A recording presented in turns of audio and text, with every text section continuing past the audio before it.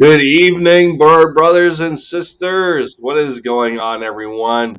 And welcome to another installment of Touchdown Talk, episode 15. The series continues on. Lindy Endzone is in for the touchdown, taking the lead for the Philadelphia Eagles, one video at a time. And here to help me score even more points for episode 15, Coach Donte is in the building for this one. Another collaboration that was kind of a long time coming, so to speak, I guess. Yep. On one, one on one. We've had some, group stuff going on in the past, but now, hmm it's like a mano a mano sort of thing that can happen now. It gets the Eagles football talking about, and respectfully so for the Houston Texans. We can go over some of hmm the more exciting draft selections that you guys have made in this new beginning post Deshaun Watson. So it looks like we got a lot to try and unpack here. So, Coach, how y'all doing this evening? Man, I'm doing great, man. Thank you for having me on. Like you said, this was a long time coming. We know we been in groups a lot, chopping it up Mhm. and stuff, and we've been planning this for a while, for a long time to have this one-on-one. So thank you for having me on, my guy. Yeah, absolutely, especially on the portion of basketball as well, Yeah, because I know we you do got like to to get a talk up basketball them. one in it. I know you We like got to to get a talk up your basketball. Houston Rockets, and between Yep. the Rockets and Spurs and hmm Dallas Mavericks, just that battle for Texas that goes Yep. on, every NBA season. And while the Spurs have it in terms of hmm finals wins, but it's about what have you done for me lately, Yep. and my Yep. Mavs got a long series ahead against Golden State in Golden the State. Western Yep. Conference Finals. I'm not sweating it But yeah. personally. I mean, they have started the previous two series like this, and Yep. obviously being that if you're going to shoot under 40% as a team, you're just not going to win a basketball game that way. So yeah, Yeah. they gotta their shots got to drop at some point, but that's not the here Yep. nor there. So Yep.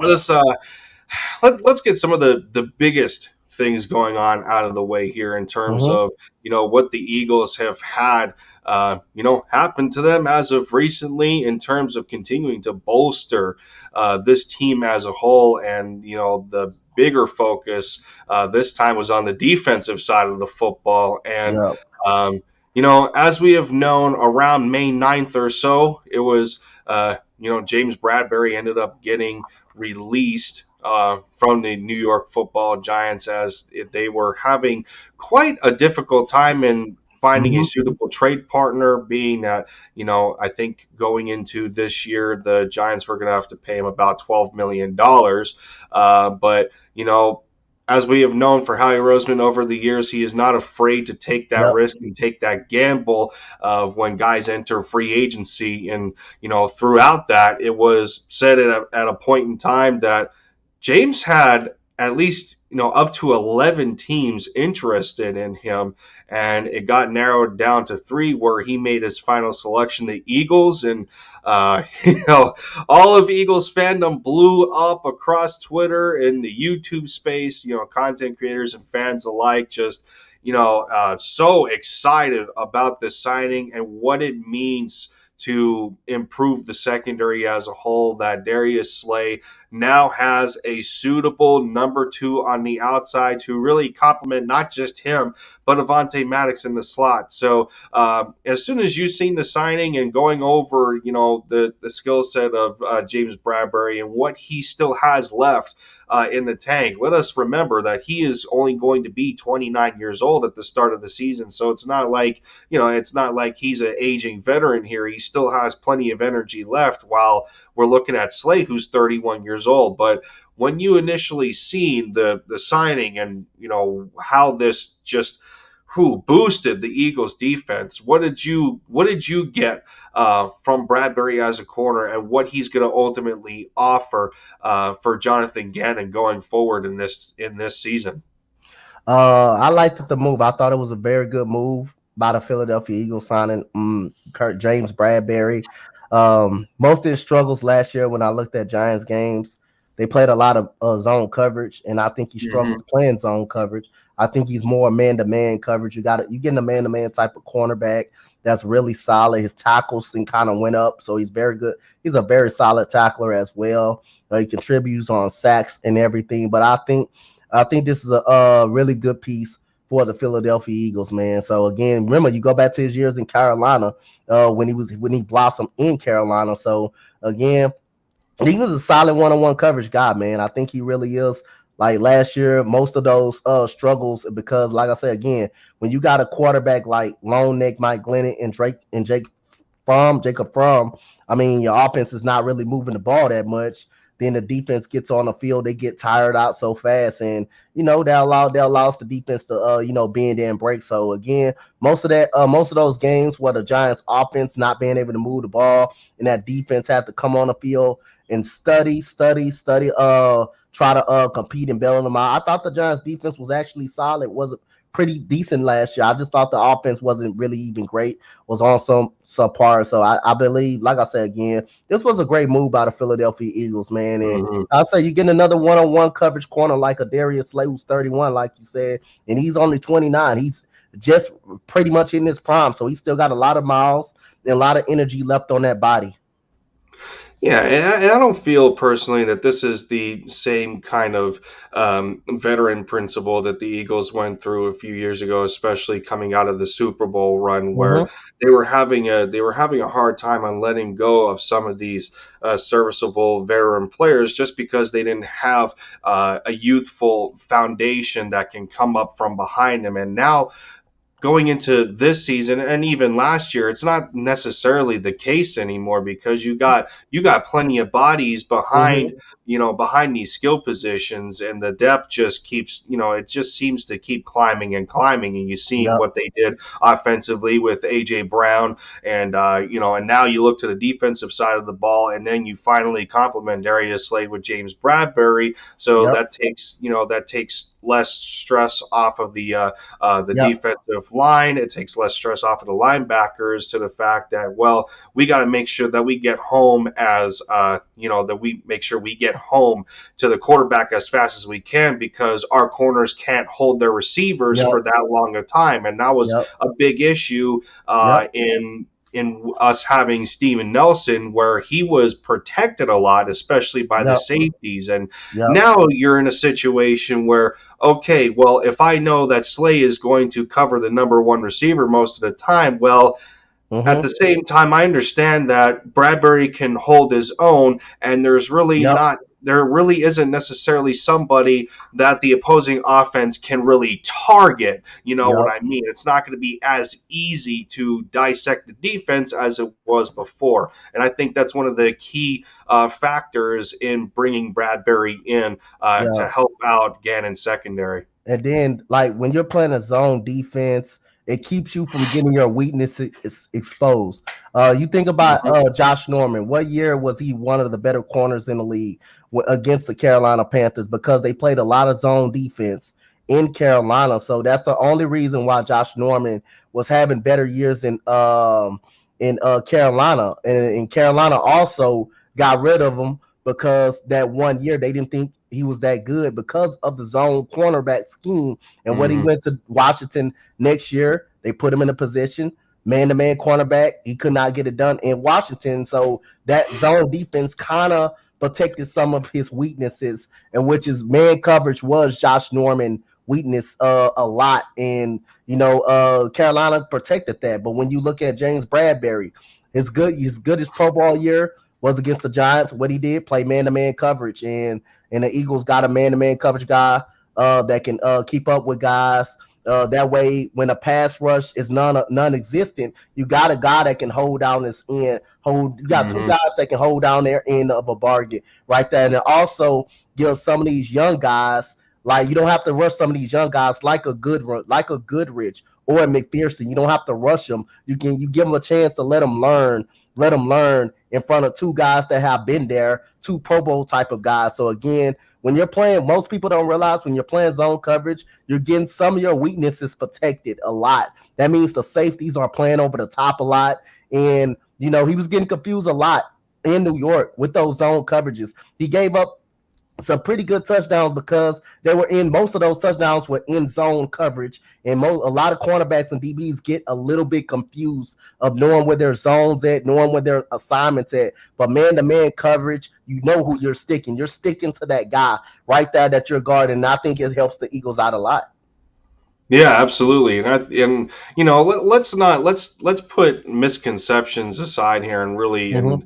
and really assess it in the means of, okay, well, we're grabbing a guy in Bradbury who was the number one corner for the Giants, to Yep. where their defense did kind of suffer a little bit. Yep. And now you bring him, and because of that fact, and how it kind of deteriorates from the second to the third level, then that just continues to put more pressure on the secondary, which Yep. is a situation that you don't want to be in. So now he comes over to an Eagles squad who really prioritizes zone coverage more than they do man coverage, being that they Mm-hmm. had to switch it up about halfway through the season, especially with Brandon Graham going down. Their run defense was compromised, so they needed to condense stuff a lot more, and that brings the safeties down into the box, and Mm-hmm.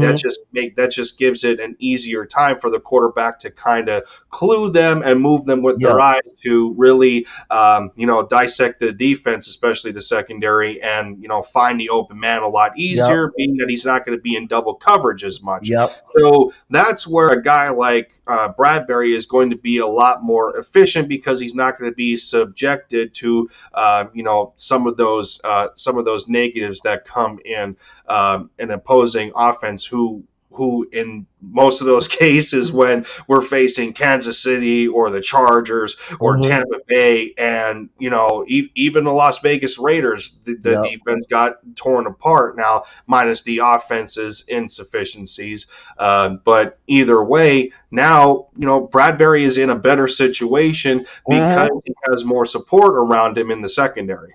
Yep, I definitely agree with that. Like I say, you got Darius Slay that can hold down his end. You got Hmm. a good defensive line that can get to the quarterback as well. So you're around better guys. When you're around better guys that know what they're doing and that are smart guys, that allows you to kind of play freely, and you not to have so much pressure on them like he did in New York.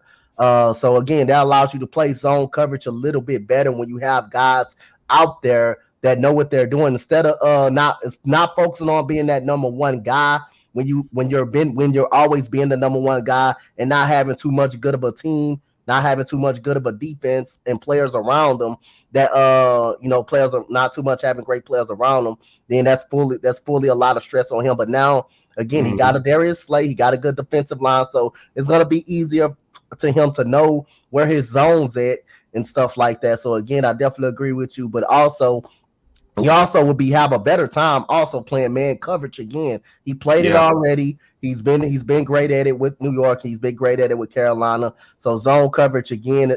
Now he's around a better cast. It's going to allow him to be better. It's going to allow him to be better. And now you got a defensive line that's going to get to the quarterback. That's going to allow him to be fresh and not work so hard.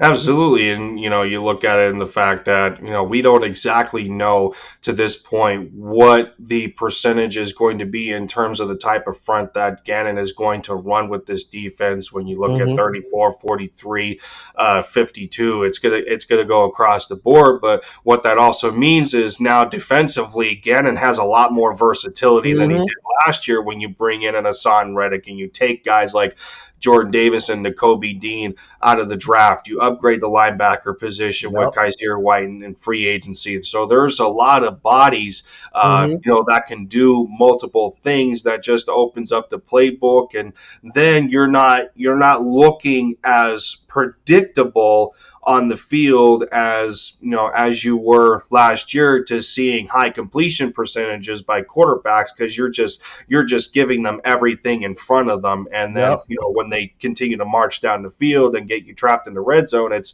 too little too late, because they're going to put up points no matter what. So, Yep. now the Eagles aren't necessarily going to be in that situation as often anymore Yeah.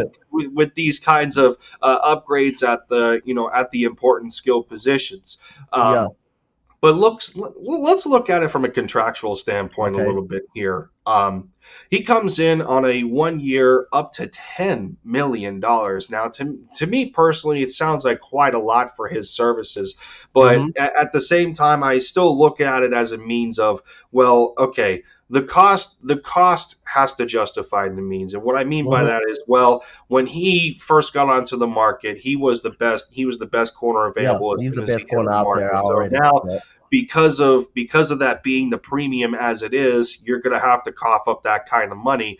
Mm-hmm. And between James and his agent, you have to imagine they had the feeling that, okay, well, with us getting released by the Giants and them still having dead cap on it, and so on and so forth, most likely we're not going to get another long term type of deal, something that Mm-hmm. mimics to the way we structured a contract for Slay when we traded for him and extended him by an extra couple of years, which gave us 3 years to buy time instead of just one. Granted, he was the highest Yep. paid, monetarily, being in those 2 years, but you have to imagine that a guy like Bradbury could be set up the same way, being that he just had a Pro Bowl year not too long ago, at very recently, actually, in 2020. So it's not like there's a terrible drop off there.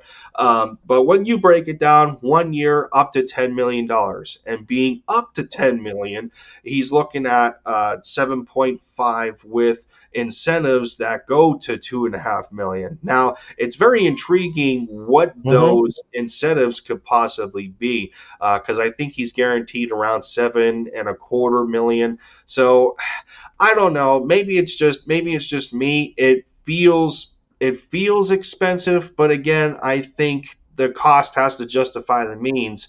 Yep. Especially when you consider that a guy like Steve Nelson only got $3 million when he was here. Yep. I mean, again, this may be a 1 year prove it deal too. Also, just because he got released, just because he got released, so he's gonna be up on a little bit of a cheap deal. But again, man, I think he's gonna have a solid year. I think he's gonna really have a solid year because again, he got a lot of help. He got a lot of help on his side. He doesn't have to work to do so much, though. He doesn't have to worry about Mhm. being that number one corner or guarding those number one guys like he was. He can guard the number one guys, but that's for Slay to do as well. Mhm. You got a good number three in Levante Maddox as well. So again, this is like a 1 year proven deal. Anytime any player gets released, they're gonna get picked up on a little cheap 1 year proven deal. In case it doesn't work out, You can go ahead and let them walk. If you want to. But again, I think this is an okay deal by the Philadelphia Eagles. You got that more versatility than you had last year. Last year, your linebackers wasn't that solid. TJ Edwards was okay, but I mean Singleton, like I say, he reminds me. He looked like a little cornerback. The way people were kind of running through him a little bit. But he Mhm. came in as a backup. He was okay. He was okay coming off the bench. But you definitely got a lot more versatility that's gonna help James Bradbury to be successful. And like I said again, I just love this team. This team is more skilled. Kaiser White is very good. Is very good this year. He's on a 1 year prove it deal as well. So again, you got more balance. You got more flexibility this time. So I think it's going to work out for James Bradbury. Yeah, we can only hope so, for not just the team but for him as well. Yeah. And you can also look at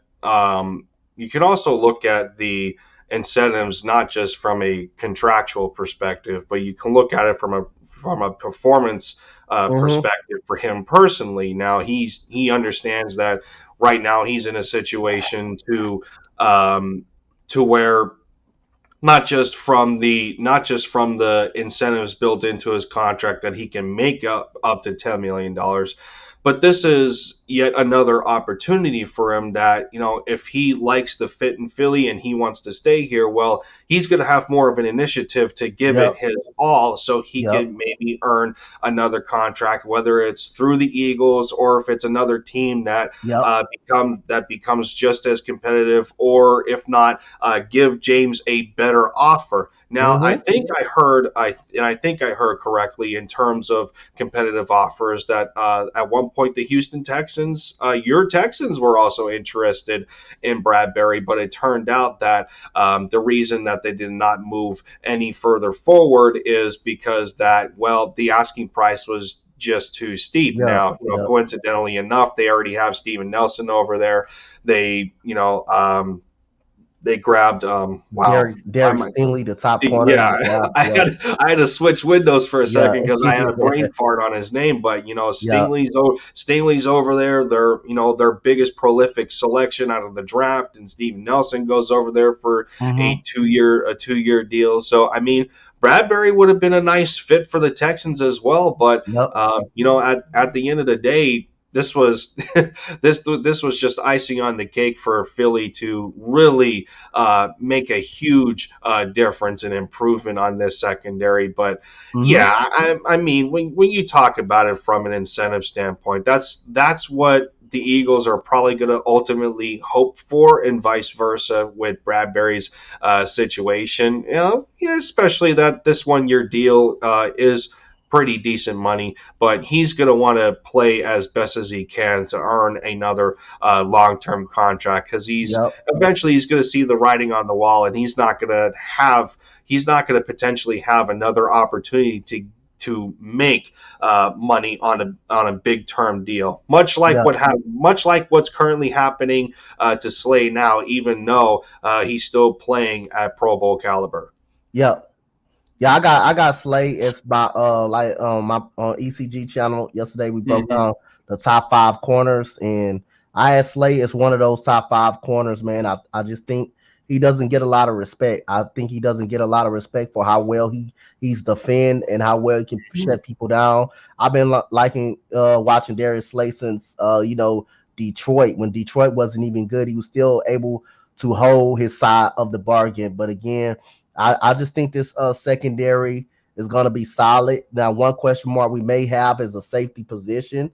But again, Yeah. I think getting that cornerback, getting that CB2 solidified, I think it's a more to come for Howard Roseman in the Philadelphia Eagles. I really like this move, and Mm-hmm. I think the team has gotten really better. Yeah. And speaking of Slay, it's almost like back in Detroit, it's almost like he suffered from the Matt Yep. Stafford syndrome, and playing in a market like that, and you don't Yeah. get the proper recognition. Yep. I mean, how many years Yep. Stafford has devoted his career to that city, and then Yep. he gets out of there. He's in a bigger spotlight now, and Yep. he gets a Lombardi for the Rams. So I mean, that's just how it works sometimes. And now, Mm-hmm. you look at Slay, and he's finally, and he's getting the recognition that he deserves too, especially for at the point of the Eagles getting him, what he meant to that defense and how much of a value he provided, and us hoping and praying week to week that, knocking on wood, he doesn't get hurt, because we knew we would have been in terrible shape if that Yeah. was the case, with behind him. And now Yep.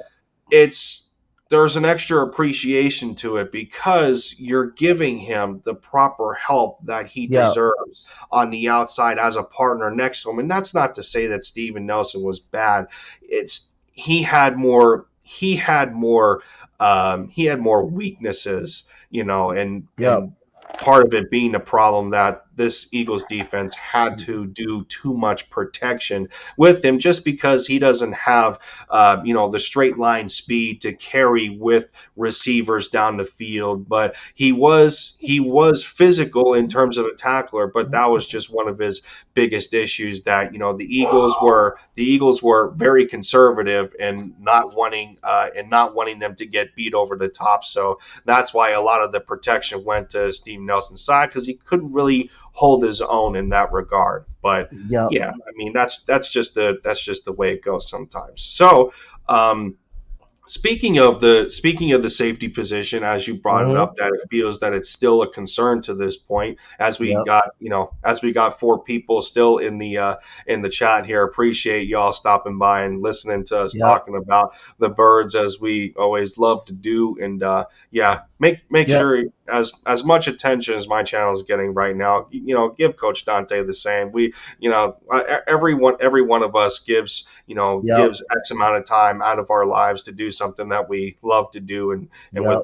with this being one of our most favorite hobbies, man, it Mm-hmm. means quite a lot. So make sure if you haven't heard of Coach Dante, but give him a shout out too and see the content that he provides on his channel. Yeah. Um, Yeah, man. but yeah, so I mean this safety spot, I made a video about it yesterday, and I had to excuse me, Yep. I had to come at it in a little bit of a different direction here because the consensus around the fan base is the idea that, well, the safety position still isn't good enough. All right, Mm-hmm. well, if you go down the line, you're looking at Marcus Epps, you're looking at Anthony Harris, Kayvon Wallace, Andre Sachare, which is more of a special teams contributor because that's where he's best at right now.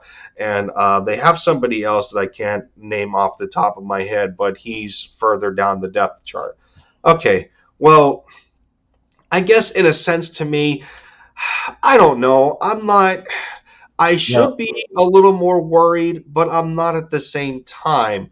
Yep. And the only reason I say that is because when you have a group of corners Yep. that's That's what. Yep. solidified, and you're not having to provide as much safety help over the top in providing double coverage based on your matchups week to week, then you maybe can get away with Mm-hmm. lesser tier quality guys at the safety spot and allow said players to step up into a starting role and let them get the necessary snaps and experience that's going to help them in terms of their development.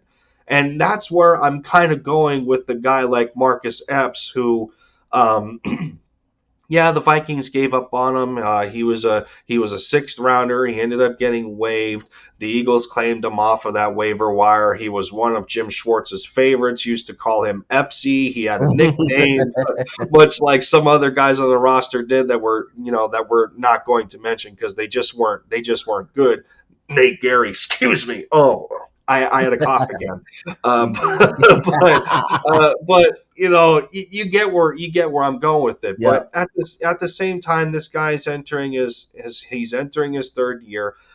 In that video, I showed a clip on what Avonte Maddox thought when he was asked a question if he thinks Marcus Epps is ready to start, and he just went on.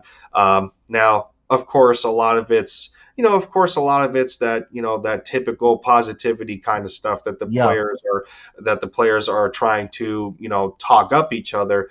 But I took Maddox a little more seriously in the fact that this is a guy that's consistently grinding and wanting to get better. Alongside utilizing the experience from Anthony Harris in terms of the schematics of the defense and understanding what Jonathan Gannon wants, which Mm-hmm. led to the reasoning of Anthony Harris staying over Rodney McLeod. But if you give these guys the necessary opportunities and put them in those starting roles, then you may actually have something because you're going to have quality tape on them, week after week, to assess their performance, and it gives them an opportunity to Yeah. improve on that basis. Yeah, definitely agree with you saying as well. Like when you have great corners, like two good corners like you have in Darius Slay and James Bradbury, it kind of helps them out a little bit. It kind of helps them out. And I don't think Marcus Epps had a bad year. I thought he had an okay year last year. I thought he was Mm-hmm. good in certain spots. I thought he was good in certain spurts last year. His tackling, I know his tackling was pretty decent last year. I know it was one game that I saw when he caused a fumble, Yeah. on a big hit. So he was solid in some spurts. It wasn't a bad year, but like I said, when you got great corners like that, kind of help protect them a little bit. It help, and like I say, you never know what you got if you don't go out there and play them consistently. And if everybody kind of want them out or giving up on them, you got to see what you got. Like again, you can't let someone or organization develop your own talent that you really should have had. So again, Yeah. I think I mean I know the Eagles seen that for a long time. Like Jalen Mills and stuff going somewhere being successful again. I don't believe Epps was that bad last year. I thought he was good in a lot of games that I saw him flying around the football field and making some key tackles in a lot of games. And I really like Marcus Epps. I think he's a okay player. Now that he got James Bradbury over there and Darius Slay, I think it's gonna help his game out a little bit more better. I didn't think Marcus Epps was bad last year. I thought he was actually solid, making some good tackles, flying around the football field. I know I saw a couple of forced fumbles that he had in some big time hits that he had. I know in the Tampa Bay game, he had a big time tackle that kept him from getting a first down, including in the Chargers game. Early on in that game, he had a big time tackle to keep someone from getting a first down. So again, I thought Marcus Epps was really okay last year. He wasn't that bad. Yeah, no, and you have to look at it from and when you look at it from a defensive perspective, and this goes across the rest of the personnel on the defensive side of the football. Mm-hmm. One of their other problems last year was the fact of them transitioning. Well, for certain players, they transition from Jim Schwartz, and then they go to Jonathan Gannon, and then Mm-hmm. now because of that inconsistency and having to learn a new scheme again, and just that negative repetitive type of process, now they're getting another year in the same system, so now they understand what Gannon wants, where they need to be, and how they can ultimately produce at a higher level because Yep. of understanding the necessary concepts. Yep. Um, and I had a thought. Okay, yeah, and let's not get it twisted here. We Yep. can't act like when we're watching the development of these players, and you Mm-hmm. understand who Marcus Epps is. Yep. He was giving you quality plays on limited Yep. snaps. He Yep. wasn't a starter last year, and in those limited opportunities, he was producing like he should be a starter and get those extra snaps on the field. Like he was doing a good job, and then that Yep. just tells you going forward that okay, well, there's less dependability on these veterans to really carry out the responsibilities, Mm-hmm. and then you don't need to carry over a Rodney McLeod who at this point in time was approaching 33 years old with multiple knee injuries, even though just the person and player value that he meant to the Eagles was pretty substantial because he meant a lot to the community, much like Malcolm Jenkins did when he was here. But at some point, and how he's doing a better job with this, he's starting to cut the cord with these guys, and Yep. not getting so attached to them like he used to in the past because of the over reliability of veterans that can still produce, maybe not at the level that they used to. But now it's a Yep. different story because you got these young guys and you got some development going on. But now it's just staying consistent and building on who you have and letting them get the chance to show you what they can do on the football field. Yeah, I it's important for them to get an opportunity to show what you got. It's something there in Marcus Epps. I guarantee Yeah. you, for what I saw last year, it's something there for Marcus Epps. And like even Singleton, when he was a backup last year, when he got put out off the starting lineup and he came in as a backup, I thought he started being a little better. I thought Singleton was a little better since he wasn't starting last year. But it's something there in Marcus Epps that I seen last year. And when I look at this guy, he was flying around the field at times in the Hmm. game and making some big time hits. So again, I think Marcus Epps is pretty solid, knowing that he got some good veterans at that cornerback position that can hold down on his own, that you can put on an island by themselves, and you can trust them to make a play in one-on-one coverage and calm down their guy. Even in zone coverage, I think, like you said, having them good corners sets off everything in that secondary pretty much. But I think it's something really there in Marcus Epps, man. The Marcus Epps that I've seen, man, was like against the Chargers game, man, stopping a guy from getting a first down, causing a fumble. Even in the Tampa Bay game, when he made a big hit, when he make a big hit on third down, it's something there in Marcus Epps. I think he has a chance with a little more development and a little more veteran leadership by Darius Slay and James Bradbury, knowing that secondary is better. I think he's going to be solid. I think he's going to be okay this year. Yes, he's going to have some down. He's a third-year player, so he's going to have some ups and downs. But the Marcus Epps I saw wasn't too bad last year, man. He made some big-time plays. No, I mean, as long as you see improvement that turns into Mm-hmm. positive plays on the field, then you know to an extent that you have something to work with, and you're going to give him extra chances. Well, Mm-hmm. now can can you really say the same for a guy like Kayvon Wallace? Because it seems like we're putting this guy to the wayside, and he's had a decent amount of opportunity. Now, granted, Yeah. it started in the 2020 season, and we already know the disaster that turned out to be. But he just continued to fall out of the rotation negatively, and then he was more subjected to special teams than actually getting some defensive snaps. So I mean, you watch the improvement of the secondary, and then some people are liking. There is some people out there. Let's not get that twisted either. It's not all negative on the safety position, I hope. Yeah. But there's other things right now that say otherwise. But you know, when we're talking about Marcus Epps and we're talking about Anthony Harris, where does that really leave a guy like Kayvon Wallace? I mean, he came in as a player that, okay, well, I'm trying to think of the name for it, but he came in as Mm-hmm. from Clemson, wearing the special number 7, much like LSU does, and Yeah. that's that prolific captain number, and he had a lot of spunk to him coming in, and now the hype seems to be dying down. So, where do you think all these changes and the players that seem to be climbing up the depth chart and pushing him down, where does that leave a player like Kayvon? Man, at least a player I like Kayvon, off the list, man, off the radar a little bit now. I mean, you're getting better at the secondary. You completely probably sold on Anthony Harris by bringing him back on a Mm-hmm. 1-year deal. You still got Marcus Epps, I think, who has a chance to flourish. Now you got a better cornerback position.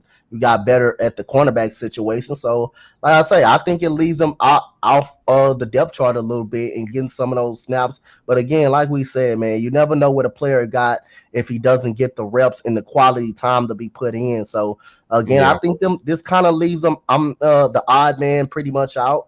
Maybe somebody can come take a chance on him. Maybe he gets better.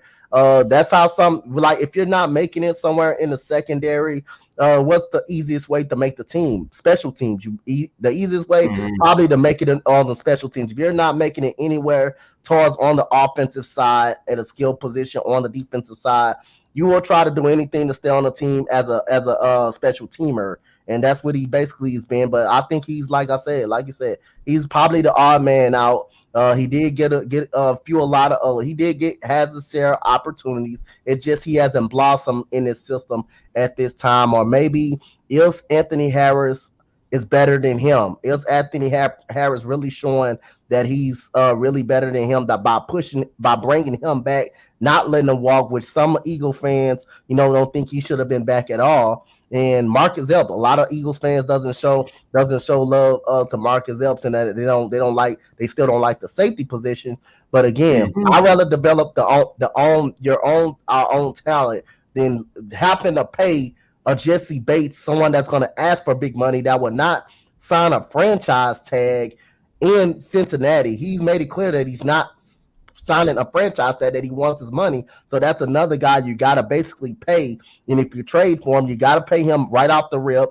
And like I say again, hey, you getting someone better at secondary, but if you trade for him, you're gonna have to give up a first round pick. Because I think that's what Cincinnati is gonna ask for, a first round pick for elite level safety, and you got to plus come off the books and pay him just like you did AJ Brown. So again, I think Marcus Epps is something now, but that's really showing you that Kayvon Wallace is probably the odd man out at this point.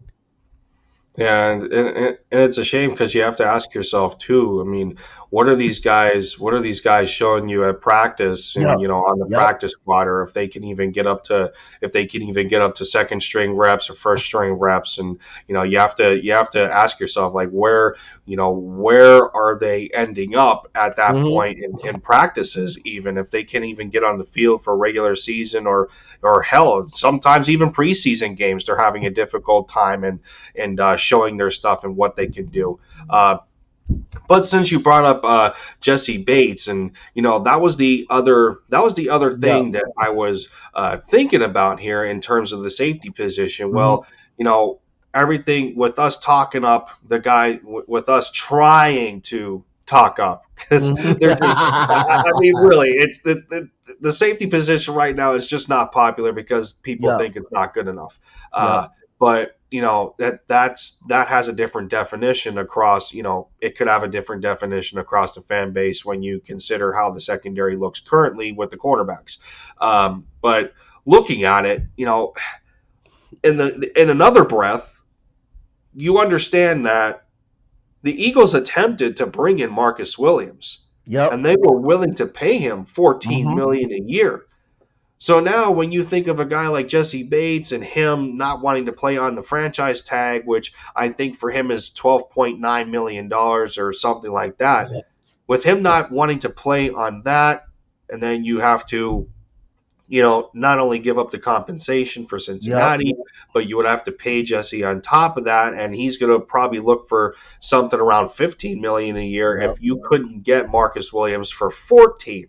And at this point in time, if you know that Jesse Bates, especially at his age and what he has shown you in the biggest moments, in the biggest games, if he's a better player than Marcus Williams, then that's when the attraction and the temptation starts to, crowd your mind. And, well, like, are the Eagles in the same position to do something like that, even after giving A.J. Brown his money?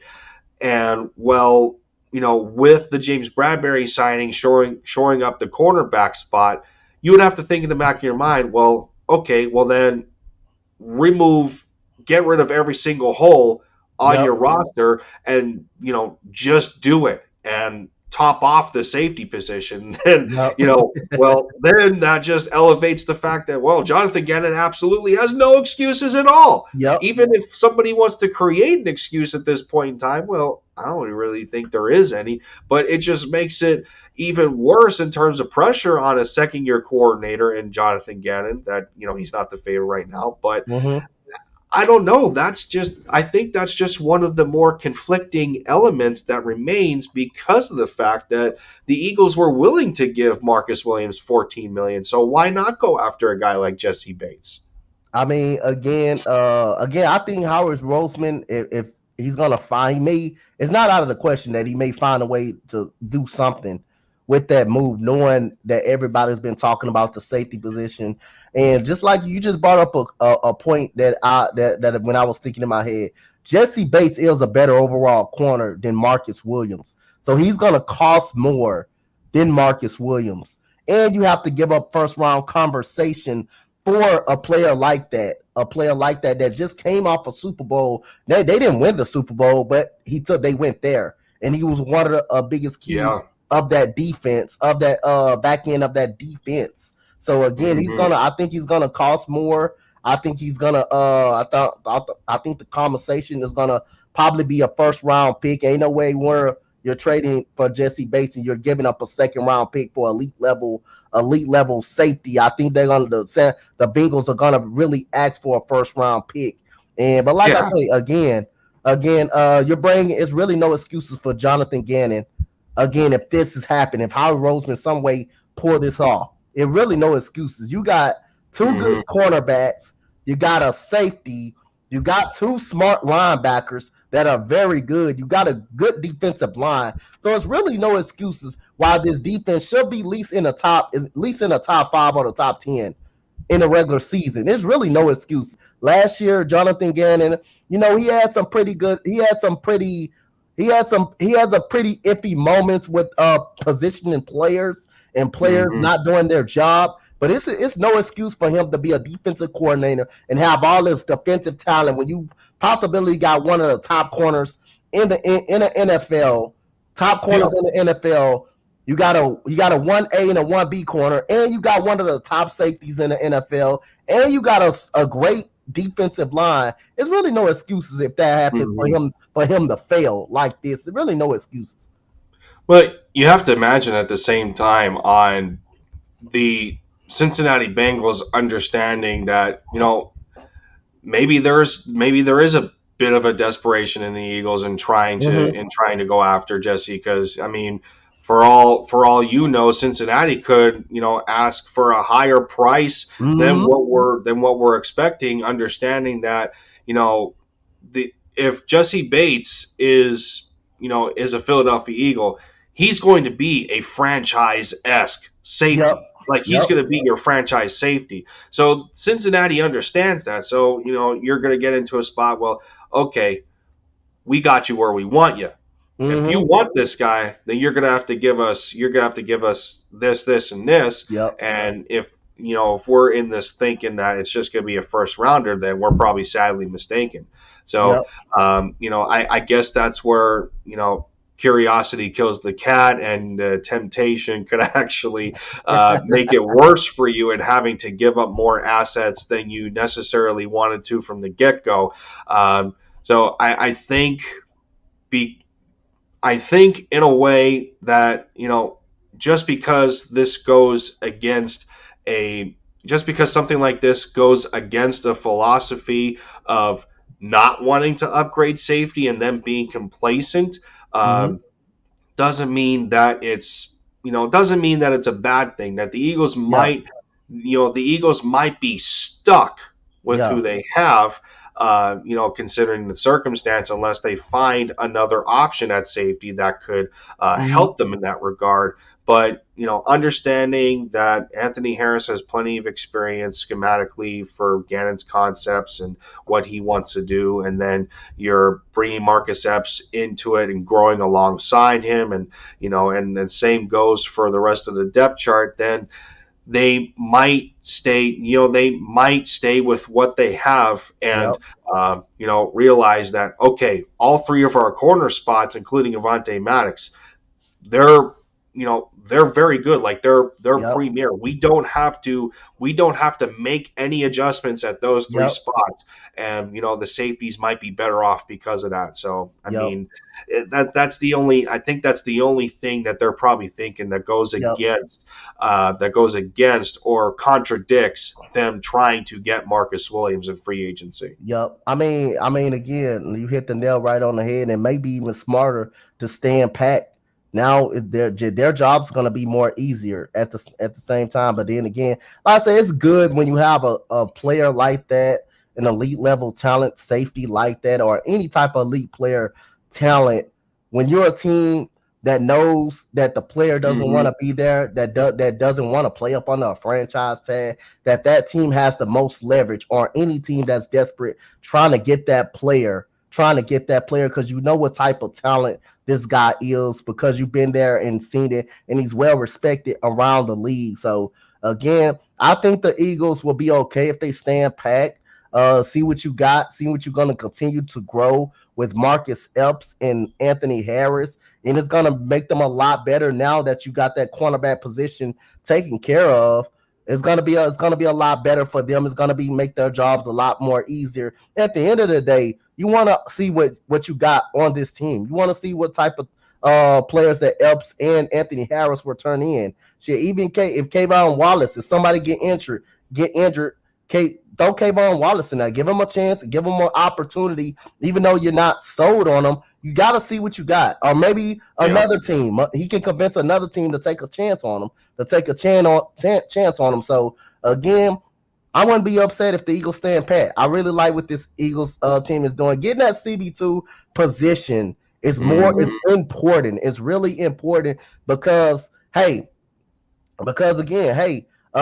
safeties will be a lot better at that point of time. It makes their job more easier, and it makes them knowing what they're going to do. And now you got two good level cornerbacks for that position. So that's the most important thing, probably on that defense. Out of the defense, besides of the defensive line, getting pressure on the quarterback, the cornerback position is an important position because again, you take a lot of pressure off of them safeties coming over in that zone coverage. Instead, like I said, you got two guys man to man that you can trust, and you can do more with those safeties when if you want to blitz and bring them in the box to blitz. Now you got two corners that can hold their own if you want to bring them in the box to blitz in a blitz Mhm. situation. If you want to play zone situation, it's going to make it more easier again because you got cornerbacks that can defend.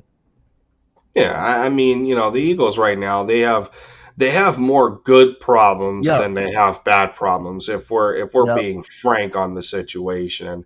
And granted, I mean, these 1 year deals, I don't know that they're as much of a patch job this time as they used to be in the past, just because the Eagles at one point just didn't have quality. They didn't have quality depth, or they didn't have extra bodies at these skill positions to really define the amount of depth that they have necessary as backups, especially if some of these players end up going down from injury. Like, imagine if James Bradbury wasn't a signing, and imagine him not being signed and Yeah. Slay going down. Like, who are you putting at that spot? Then Yep. that just subjects you to moving a guy like Avante Maddox out of the slot, where that was just the worst thing for him, because he got exposed way too much, because that's just Mm-hmm. not who Avante is.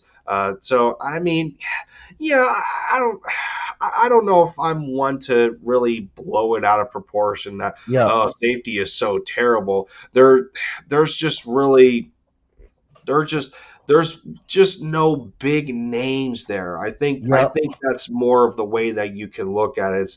There's no big name that you can depend on, that's going to give you quality snaps on a game in, game out basis. I think that's more of what the problem is. But Yep. now you got the proper backup, in front of the safeties with the corners, and that's just going to not subject them to providing holes in the defense at the third level, and get them exposed with Yep. deep balls over the top, like they had too much of an emphasis on preventing last year. You may So have a bigger problem if you didn't get this guy James Bradbury, because now yeah, you're relying on rookies like a Goodrich from someone who didn't get drafted, like a Goodrich, like a Josh Joby, who I thought should have been at least drafted. Now you're relying on these guys to come in and make an impact in training camp or on the field this year. Now you're relying more of a McPherson, someone whose possibility not ready because you don't know what he's got because you haven't gave him a lot of snaps.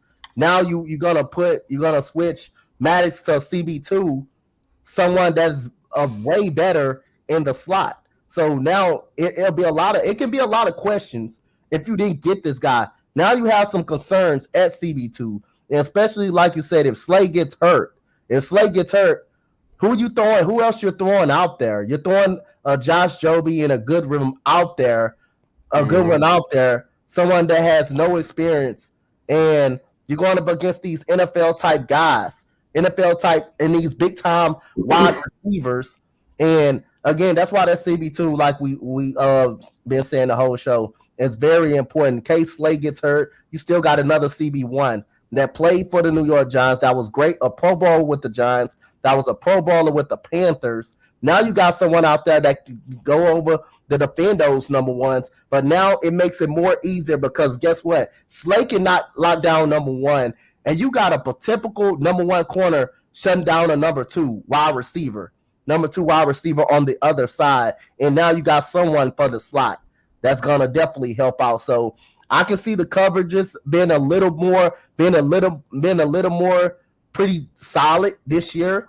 Even if the defensive line struggles getting to the quarterback, I think it's a good chance that secondary can really hold up now that your secondary is way better. You don't got to rush a McPherson. You don't got to rush a Goodwin or Josh Joby. You don't got to rush those guys. You can just sit up there and let those guys develop.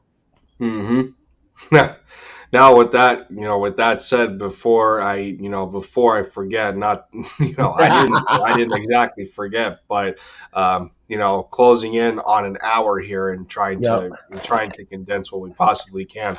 I gotta know, do the Texans have as much excitement with what they have done? And we're talking all this talk about the Eagles and thinking that their floor is now further elevated, and expectations are rising. Well, you look at your team, your Houston Texans, alongside Philly, and post Deshaun Watson, and seeing the collection of draft picks that they were able to grab with Stingley Jr.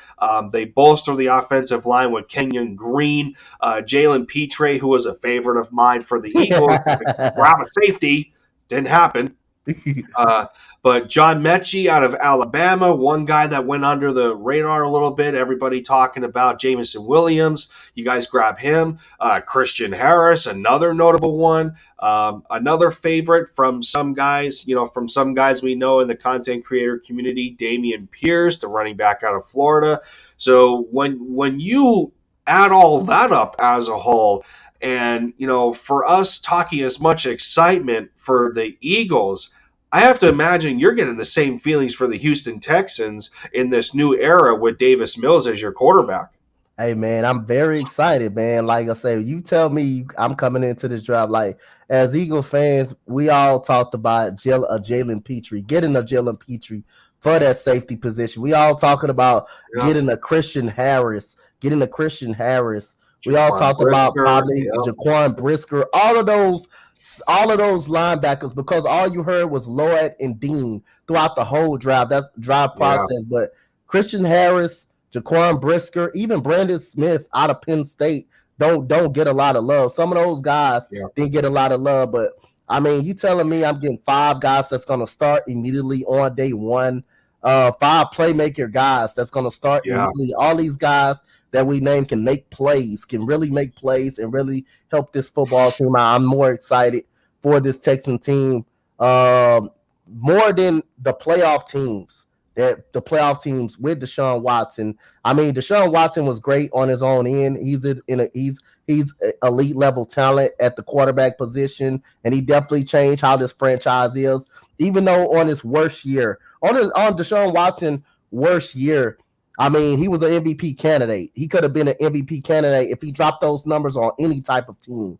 I mean, 33-7 on a bad football team that had probably the worst defense in the National Football League. That's unacceptable right there. But I'm more excited because, again, I got 5 starters, and all of those 5 guys can come potential Pro Bowl type guys in near future. I mean, I'm getting Jalen Petre, a 4.4 speed guy that you can put in the box, that can cover tight ends up a little bit, that is speedy, that forces turnovers. Christian Harris is big, 4.4 speed again at the combine. The guy can tackle, the guy can cover. The guy is very good. He's always at the football. He's always at point of attack. And you getting Derek Stingley, who has some of the great, as a freshman, had one of the best cornerback tapes that you can ever come out with on film. I mean, that guy's out there locking up 6'6" guys out there and playing them hard. He's got great versatility, 4.3 speed. He's a man-to-man coverage corner too as well. So again, I'm getting a guy in Kenyon Green who's also a dog to solidify that offensive line, and one of the most underrated running backs in the draft, in a Damian Pierce, who has speed, who has okay speed, but a lot of power. And when he's running the ball, and a John Mechie, first round type talent before he tore Yeah, his ACL up. So again, you add all that up. I'm excited, but not about that. I'm getting first. I'm getting 5 day 1 starters right out the gate. Guys that's not going to play, that's not going to be questioned. Do this guy come in and either develop, or is this guy a bench player, or is he a starter? I'm getting 5 starters immediately yeah, that's going to play day 1, that's going to have an opportunity, and that's going to develop. And I'm excited to see these guys on the field. Rookie mini camp is already a good start for these guys. These guys are very humble. And Davis Mills, I think he's gonna. This is the year that I need to see him take that step up. Last year, you yeah, could argue that he was the best rookie quarterback last year. The only reason Matt Jones, because he was in a better shape. Matt Jones probably was way in a way better system last year. Matt Jones was with one of the all time great NFL head coaches last year. So Matt Jones was just drafted in a perfect spot. But Matt Jones played 17 games. Davis Mills had played 10 games and still almost was better than Matt Jones throughout his whole rookie year. So I like this team. I'm looking forward to seeing this team on the field, man. And the reason why I say the Texans had an awesome and an A- draft is because I got 5 starters that's going to play immediately. It's going to play immediately on the field. yeah. And it's funny how some teams' draft classes mirror themselves, and you look at the Eagles and them only having five. Well, Mm-hmm. to me, it was quality over quantity. Now, granted, Yep. some of these guys aren't going to be day one starters, but Yep. you look at the value at the point in which these players were selected. You look at the value and you analyze it and what they mean to the football team. Okay, we know who Jordan Davis is.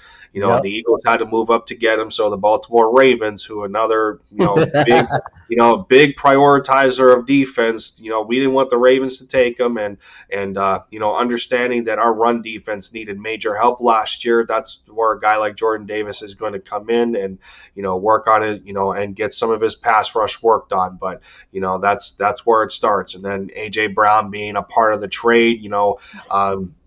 The Eagles not being, in a position to really get, a receiver in that draft who was going to make a week one difference, Yep. especially in terms of NFL experience, who has already been a Pro Bowler, and then you just add the intangible of AJ being best friends with Jalen Hurts. I mean, you couldn't paint a better picture with that Yep. kind of transaction.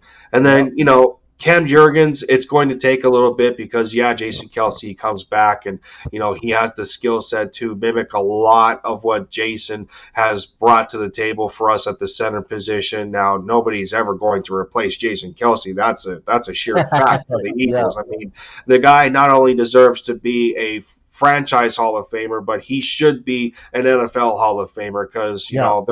there's too many times where offensive linemen they do not get enough credit, or they do not get enough recognition. In the Hall of Fame. And for as good as Kelsey has been for his career as a center, coming in as a sixth rounder and really being undermined and not being one of the top considerations for what he has been able to do, it's such an inspiration for him still at 34 years old being the best center in all of football. That just says it's immeasurable to me how good he is.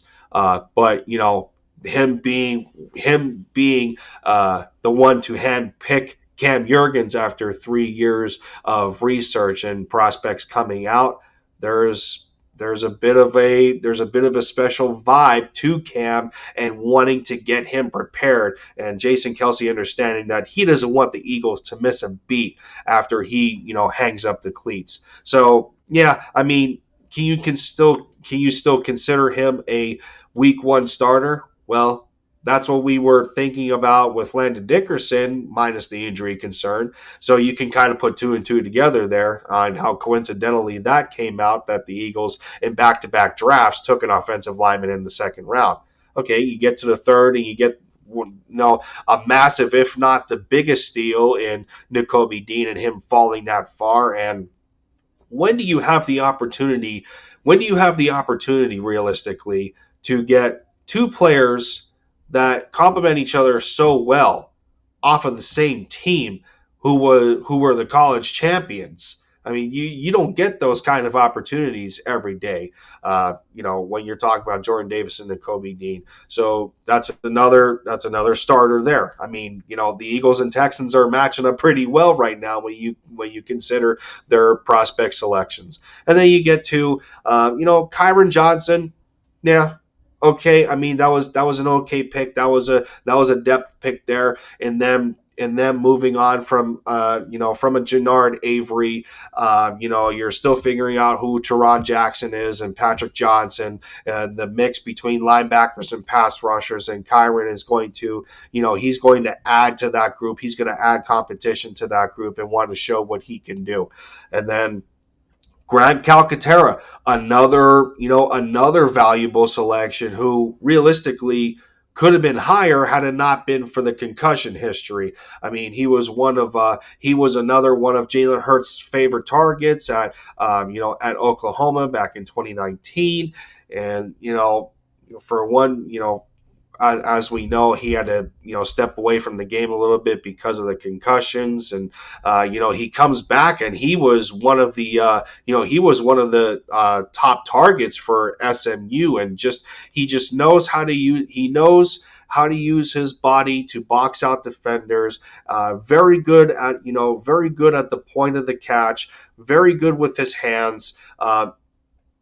Is going to be a great potential red zone target, and he just adds another element to that tight end room that now, granted, there's going to be cases where you're not going to want to see him running a route and Goddard blocking if you have to run 12 personnel. So there's going to be some work in there that Jason Michael's going to have to do to make him sufficient enough as a blocker, even though that's not what Grant is. But you need some of that versatility there if you're going to play two pass catching tight ends on the field at the same time.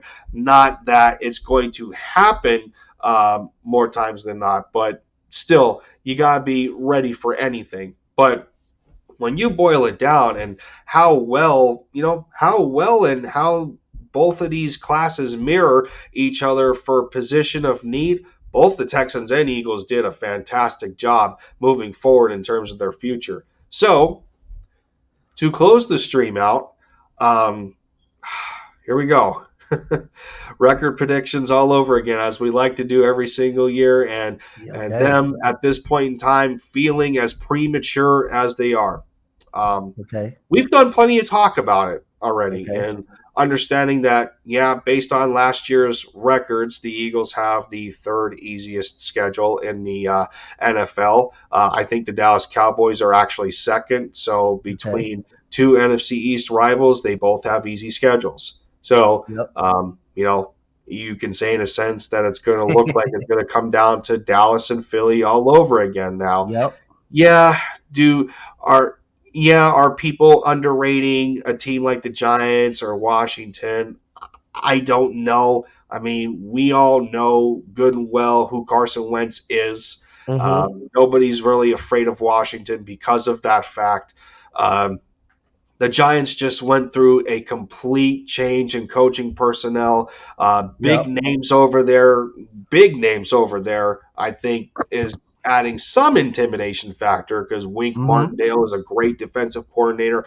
Brian Dable comes over from Buffalo to help out, Daniel Jones and try and get something going for the Giants. So, I mean, there's some competence in the coaching staff now that the Giants didn't have previously, but do they have the players to complement those changes? That's a question that Giants fans are probably still answering to themselves or trying to figure out. So I don't know, but it's still looking like it's going to be a battle versus Dallas and Philly again for the Yep. division, and understanding what the schedule is for Philly. Mm-hmm. What do you think they're, based on expectation and based on the moves that the Eagles have done?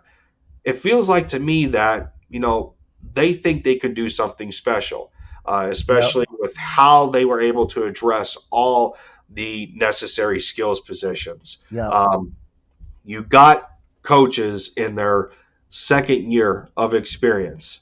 Gannon, second year as a coordinator. Yep. Sirianni, second year as a head coach slash play caller. Steichen hasn't been around all that often, all that long as an offensive coordinator. You got a group of growth going together there, and then you add in some high profile players. Mm-hmm. Really, if we're looking at it, the floor has to be higher than Yep. last year, all things considered. Yep. And for me, I don't want to put it at 10 games because that seems like a cop out that they could only that I'd be satisfied with them winning one extra game from last year. Yep.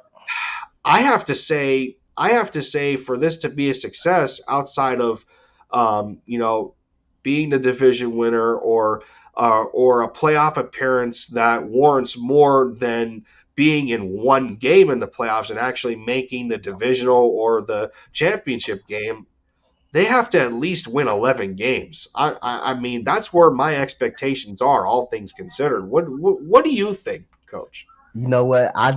We've been talking about the schedule and we've been doing a lot of schedule predictions with the Eagles. And guess what? You hit the nail right on the head.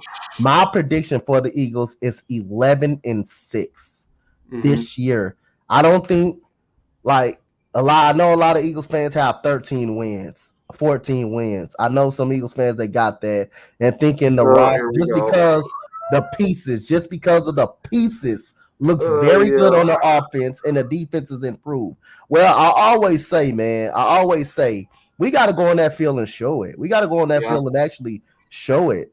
Last year, we supposed to have been a rebuilding team and we overachieved actually last year and made the playoffs. Now that you made the playoffs, your ceiling has got to be out of the first round. You have the talent to at least get to an NFC championship. You have the talent if everything breaks right. You have the talent pieces. But again, like as I say again, I'm never a person that gets overhyped and that's get caught up in the hype like that just because of the talent level. We see the talent is there, but is it these guys gotta it's up to them and these coaches and these players to go out there and execute everything on the field. And it's up to these coaches to get the best out of these players and put the right combination of players on the field for this team to be successful. So I got 11-6. I think you have to win 11 games. You have to win 11 games this year. There's no excuse why you will have one of the best offensive lines in football. You have a 1A, 1B wide receiver. You have a 900-yard wide receiver. When AJ Brown is healthy, you have a 1,000-yard wide receiver consistently. You have one of the best offensive lines in football. You got when Miles Sanders is healthy, you got a good running back, but the problem is Miles Sanders is never on the field. But even when Miles Sanders is not healthy, you still got a great offensive line. You was able to run the ball pretty solid. But again, if Miles Sanders on a lot of fire this year. If he doesn't stay healthy or if he have Yeah. any type of issues, he's going to be gone. The Eagles going to let him go. And Jalen Hurts is on a lot of fire because now you got weapons. Now you got weapons this year. So he has to be a lot better. This defense has to be a lot better under Jonathan Gannon. Or I think he was already considered as a head coaching candidate, and my Texans was one of the guys who are interested. We didn't hire, but so his job is going to be under fire due to the fact that he's already going to be a head coaching candidate. So I think three guys are going to be under fire if they don't get the really job done. But I got 11-6. If everything break right, I mean, you can get to a NFC Championship game with the talent that you got. But again, I'm not overhyping this team. I think 11 wins, like you said, have to do it. They have to do it. They have to do it. A 10 win. That's how much of an improvement is 10 wins? 1 win short. It gives you another chance to get exit, another first round exit, and another disappointing season. Now all of a sudden you got questions. You got questions to answer. Nobody's going to be satisfied with another wild card appearance. I'm sorry, it's just not going to happen. And I'm also sorry to the fact of people trying to predict 13 and 14 wins. I'm not doing it.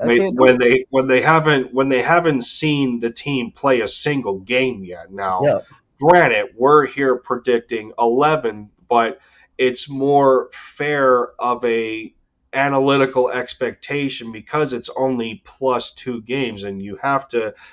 With all things considered, you have to understand just the magnitude of change and improvement that this team has gone through to where it's fair enough to say that, well, okay, +2 in games should be the floor of this team compared to last year. And that's another reason why I'm not singling out the quarterback. Everyone wants to say, okay, Jalen Hurts. Well, okay, guess what? At the end of the day, it's a collaborative effort. It's also on Sirianni as the play caller to put his offense in the right positions in order for them to succeed. It's about working with his quarterback in terms of knowing what play to call based on defensive recognition. It's also on Shane Steichen in part of that dual collaborative effort for him and Sirianni to be on the same page and running the same offense consecutively with this squad that they're continuing to build. So there's a lot of there's chemistry in this. There's chemistry in the schematics from the offensive and defensive perspective. There has you want to see developmental growth in the quarterback, and you also want to see the defense take that next step in what Gannon was looking for last year when the whole conversation is that he didn't have enough of the correct personnel. So can we stop singling out the quarterback and making it and putting all the responsibility on him in order for this team to reach the necessary win total that we're looking for as an improvement from last year? That's just how it is. I mean, let's be real with ourselves for a second. Was Jalen Hurts even drafted to be the starter for the Eagles when it happened? Absolutely not. He was not drafted to be the starter. He was drafted to be a project player. Everybody, when you come out of the draft, you haven't seen anybody in the NFL.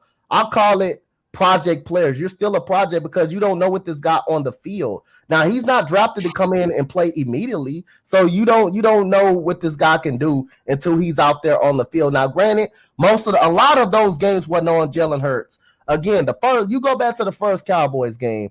I thought it was a terrible game plan by Nick Sirianni, making Jalen Hurts throw all of those passes and not implementing a running game because the first game against Dallas, he tried to outscore them completely. You can tell when he comes out and he tries to throw. What Dallas does, they start with the running game like they always do, and they will pound it down the Eagles' throat. And from there, they're already down 21-0 from the jump. From there, you already got to throw the ball with Jalen Hurts because you're down 21-0. So I thought it was a terrible game plan against Dallas the very first game. Come out and try to outscore Dallas. And if you are Eagles and you're out trying to outscore Kansas City, Dallas, or you give me the Chargers, you're not winning that battle. Those are games, if you're coming out outscoring those type of teams and those teams can put up points, you're not winning those battles. Now, against a team like San Francisco, they should have won that game. Jimmy Garoppolo got 2 big first downs running the football. They got gashed in the running game. The defense got gashed in the running game by Jimmy Garoppolo. That last drive before the Eagles got the football back, San Francisco had an 80-yard drive. They had an 80-yard drive that took that time off the clock.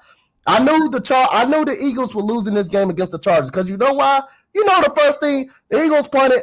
The first thing they did? They gave up a 99-yard touchdown drive. I said the Eagles losing this game. They're not going to stop anybody on the defensive side. Again, it's not all on Jalen Hurts. This defense gave up a lot of football games as well.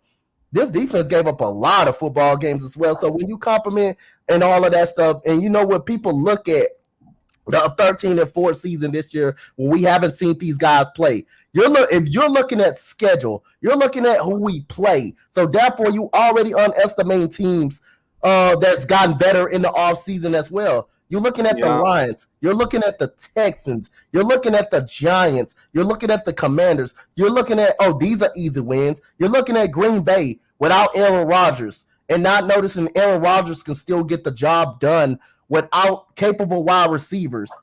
They're looking at all of that and they're getting their head mixed up and saying 13-4 because of the schedule. We haven't come. Let's calm down, guys. Let's calm down on that, man. Let's calm down a little bit. We got to see this team play football first. yeah, yeah. I don't know. I don't know how else you can. I don't know how else you can paint the picture, man. I Mm-hmm. really don't. But yeah. But between us two, it feels like the consensus is 11 games, Yeah. and that's there's plenty of fairness there, and if we're being real about it, it's okay to have expectations, Yep. but there's also levels to those expectations that make it conditional. Mm-hmm. Okay, well, all right. You see that the Dallas Cowboys are still, even though Dak Prescott got paid, they're still rolling with him, and he was a fourth round selection. Yep. Jalen Hurts was taken in the second. How many NFL teams do you think had a second round grade on Jalen Hurts? He was projected into the fourth or fifth round. Yep. Now, at one point we were talking him up and saying that how he was a Heisman finalist next to a guy like Chase Young when he was playing for the Sooners and yada yada. Well, you can use that logic against us and say, well, okay, well, if he's as good as you say he is, then why was he graded as a fourth or fifth rounder? Well, okay, well, that's not the point. The point is that you can't you can't overestimate, and you can't elevate the expectations unnecessarily, especially based on the situation a quarterback goes into. Well, Dak went into a better situation when he was first drafted than Jalen Hurts did. I mean, that's clear as day. So there's other factors that go into it, but at the end of the day, the other big crux of the issue is to make sure, for as much energy as you're putting into hoping Jalen Hurts succeeds to a level that meets your expectations, put that same energy on the rest of the team, especially the coaching staff, Yep. defensively, the play caller, everybody else, because at the end of it all, it's a collaborative effort. And if one person falls, the rest go with them. It's like the Yep. captain always goes down with a ship, and Yep. whatever crewmates are left on that boat that did not escape, that are stuck, they're going down with them as well. So Yep. I mean that I mean that's the best way that I can put it. I So I mean, mean, you put it in a perfect way. I mean, to take this perspective, Davis Mills was drafted in the third round. He wasn't projected to be a starter, even on a worser team than mhm, Hurts and Dak Prescott, and he still was finding a way able to succeed. I mean, when you're having you're going when this is your first year in the NFL, you're gonna have a lot of growing pains. You're gonna have trouble reading some defenses. You're gonna have a little bit of trouble. But again, like I say, man, this is the year that Jalen Hurts have to go out there and show people yeah, with better weapons, and the same play caller sometimes that he doesn't have, that he hasn't been have. It's up to Jalen Hurts and these guys to go out there and show what they're made of. We can talk all mhm, about how isn't Jalen Hurts' fault and it's the scheme, but it's up to the coaches. And people don't realize it's up to the coaches to go out there and put these guys in great situation where these players can't fail and will succeed.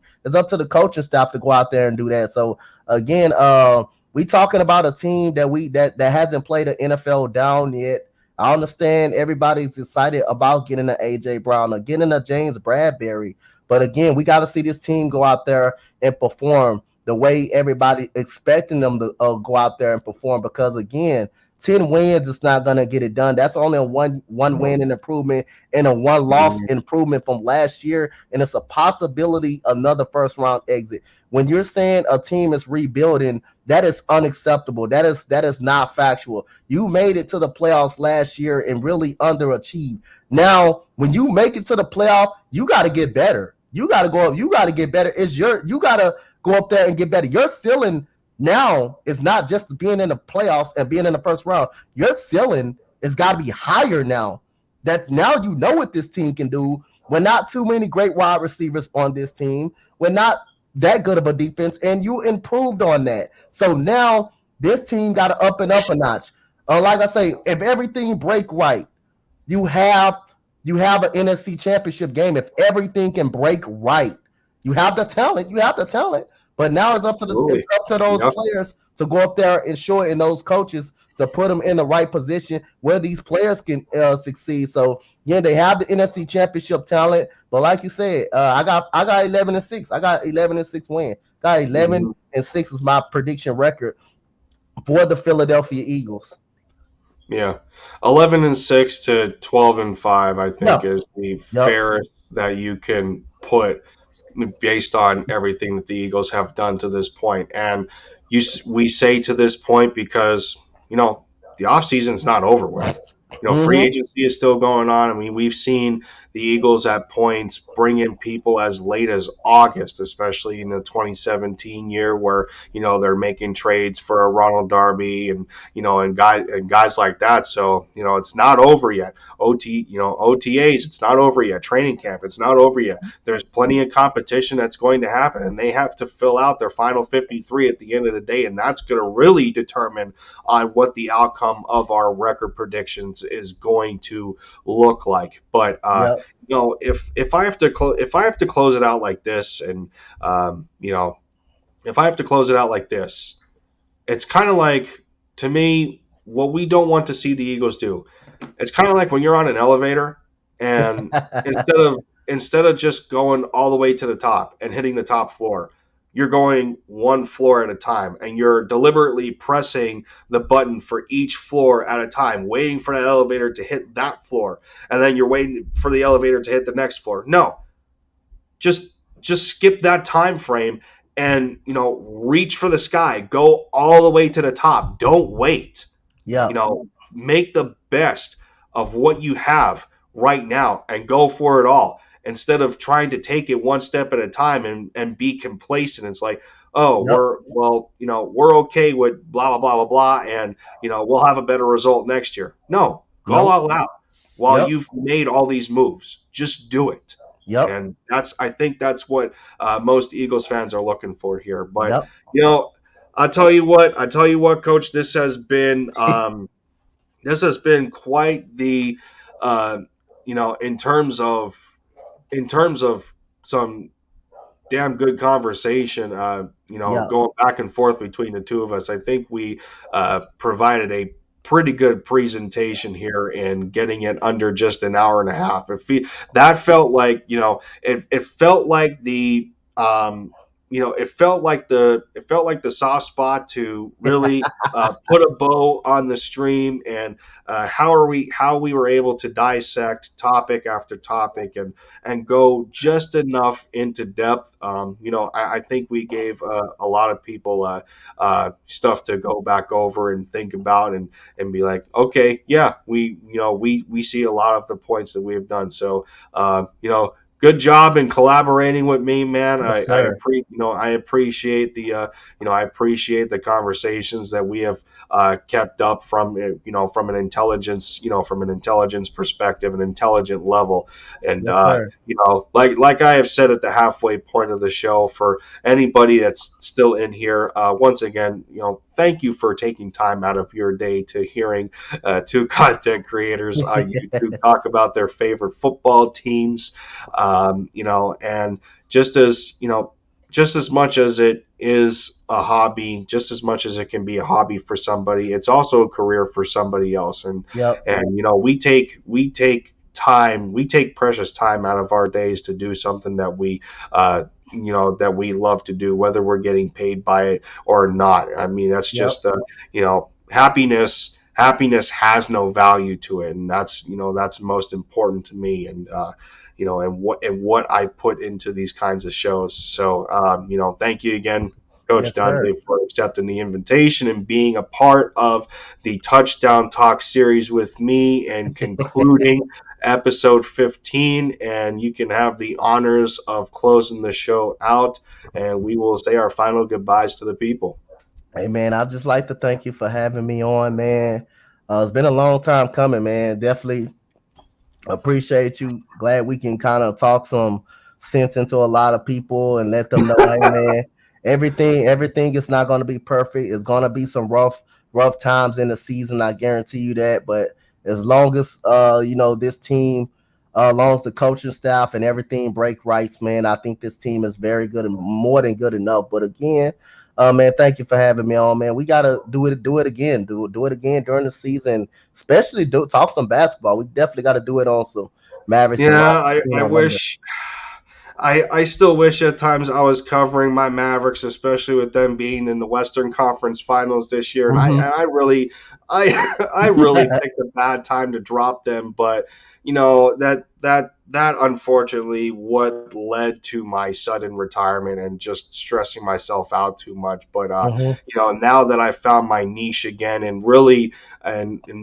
diving into the Eagles, there's a newfound love with it, and that's what matters most. But even though I'm not covering my Mavs anymore, I can still Yep. talk. I can still talk basketball, man. I've between between watching football and playing a little bit of football as a child, and basketball being my sport growing up as a kid, I could still provide enough to talk about my Mavs and doing film rooms in the past and everything, because that was my passion. But Yep. um, you know with that said, of course, that leaves more collaborations open on the table with having a successful episode here of Touchdown Talk, which is concluding here. You guys have seen it first. Episode 15 is now in the books, Coach Donte being the highlight of this one.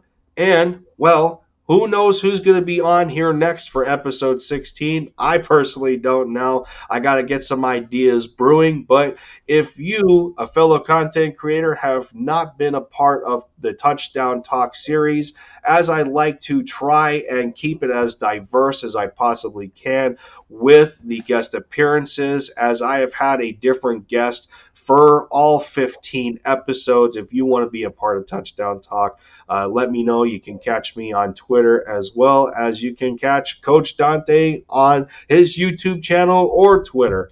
And like I said, make sure you give him as much support as you would anybody else, because this is just the Yep. strength of the passion that we have for doing what we do. It means a lot when we get the support that we have in making the content that we do. But with that said, Lindy is going to catch you guys next time. Well, I'll score once again for the Philadelphia Eagles, one video or stream at a time. As Coach Donte, what is the mother effing deal? As it always is for him.